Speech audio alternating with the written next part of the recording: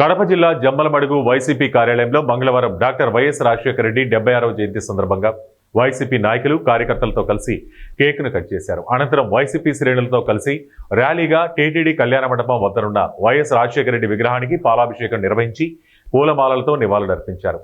అనంతరం ఎమ్మెల్సీ రామసుబ్బారెడ్డి మీడియాతో మాట్లాడారు.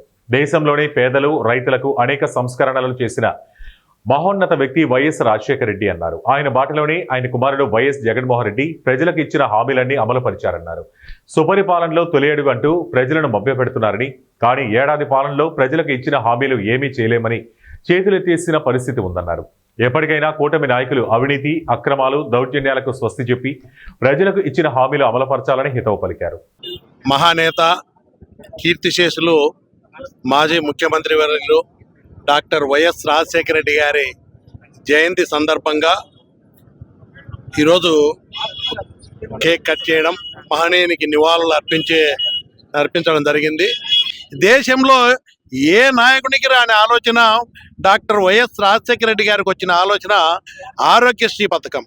ఎన్ని లక్షలు ఖర్చు అయినా సరే పేదవాళ్ళు కార్పొరేట్ హాస్పిటల్ కానీ గవర్నమెంట్ హాస్పిటల్ ఎక్కడ పోయినా కూడా లక్షలు ఖర్చు పెట్టుకొని ప్రభుత్వమే ఖర్చు భరించే విధంగా తీసుకొచ్చిన గొప్ప స్కీమ్ ఆరోగ్యశ్రీ. ఒక నాయకునిగా ఒక ముద్ర వేసుకున్నటువంటి వ్యక్తి ఈ రోజు కూడా రాజశేఖర రెడ్డి గారిని స్మరించుకుంటున్నారు.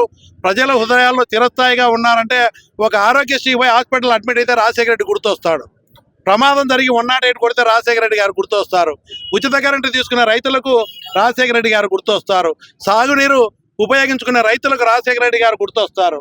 అంటే ఒక నాయకునిగా ఒక ఆలోచన విధానం, దృక్పథం, దృఢ సంకల్పం నిలిచినటువంటి వ్యక్తి రాజశేఖర రెడ్డి గారు. డెవలప్మెంట్ విషయంలో కూడా బ్రహ్మాండంగా రాజశేఖర రెడ్డి గారు చాలా మార్పులు తీసుకొచ్చినారు.